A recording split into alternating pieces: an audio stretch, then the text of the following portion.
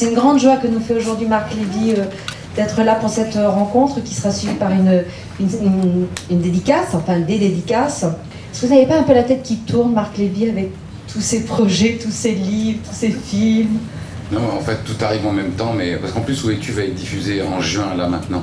Ah, ça y est, on connaît les dates, donc. Ouais, c'est le 7 et le 14 juin, donc sur M6. Mais non, j'ai pas la tête qui tourne, mais c'est vrai que tout arrive en même temps, mais j'y suis pas pour grand-chose, en fait, puisque le film a été fait l'an dernier, et le téléfilm aussi, donc, mais voilà, tout sort en même temps.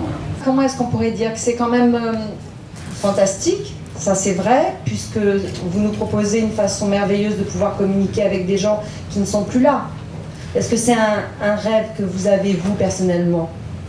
Ah bah oui, si c'était oui. Enfin, je veux pas faire de mauvais jeu de mots, mais si c'était vrai, ce serait pas mal. Oui, je serais ravi.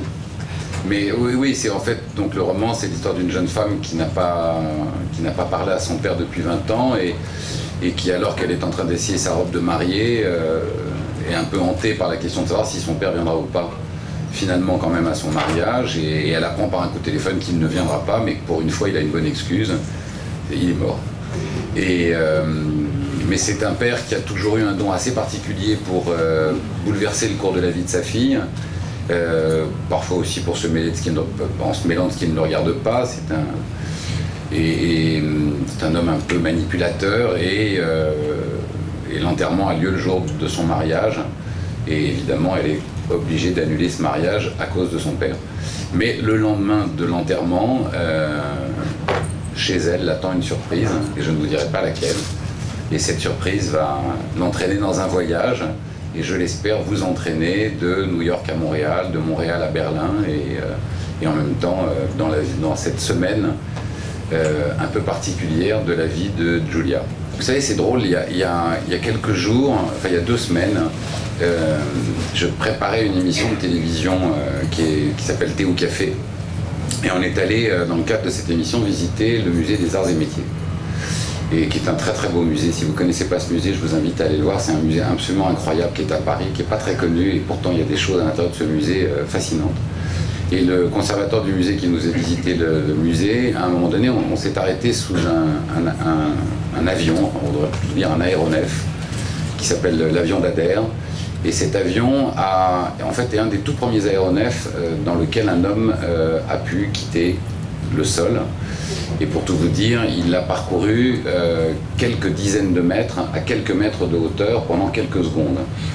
Ce qui était quand même déjà un exploit. C'est le premier appareil motorisé.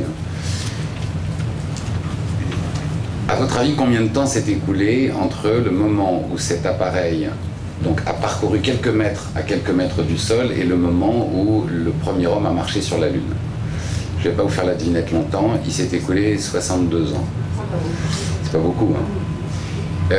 Il y a une chose que j'ai trouvé encore plus incroyable, c'est que le jour où Armstrong a posé le premier pas sur la Lune, on fêtait le centenaire de la publication de La Terre à la Lune de Jules Verne.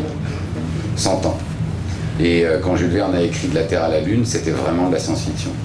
Donc c'est vrai que le romancier a une liberté qui est celle d'imaginer des choses qui deviendront peut-être un jour possibles. Et après on peut se poser la question, combien d'ingénieurs de la NASA ont eu envie d'envoyer un homme sur la Lune parce qu'ils avaient lu Jules Verne? Je ne suis pas du tout en train de me comparer à Jules Verne, et vous verrez que dans le roman on ne va pas jusqu'à la Lune. Mais voilà, c'est la liberté du romancier de tout à coup extrapoler et d'imaginer des choses qui font rêver.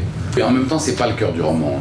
Vous savez, quand j'ai écrit Et si c'était vrai, j'ai pas écrit un roman sur le coma ou sur la réincarnation. Et finalement, dans Et si c'était vrai, Lorraine n'a pas de super pouvoir, elle passe pas à travers les cloisons, et ça n'est pas une super héroïne. C'est juste, ce qui est amusant, c'est de partir d'un postulat impossible ou absurde et de le faire oublier. Et ça permet de parler de choses qui sont pas toujours gaies de façon plutôt drôle, et de voir la bouteille plutôt à moitié pleine qu'à moitié vide. C'est marrant, on est à une époque où entre l'internet, les téléphones portables, la télévision en satellite, la DSL, on communique de plus en plus et de plus en plus vite, mais on se dit pas pour autant de beaucoup plus de choses qu'avant. Et il n'est pas rare de voir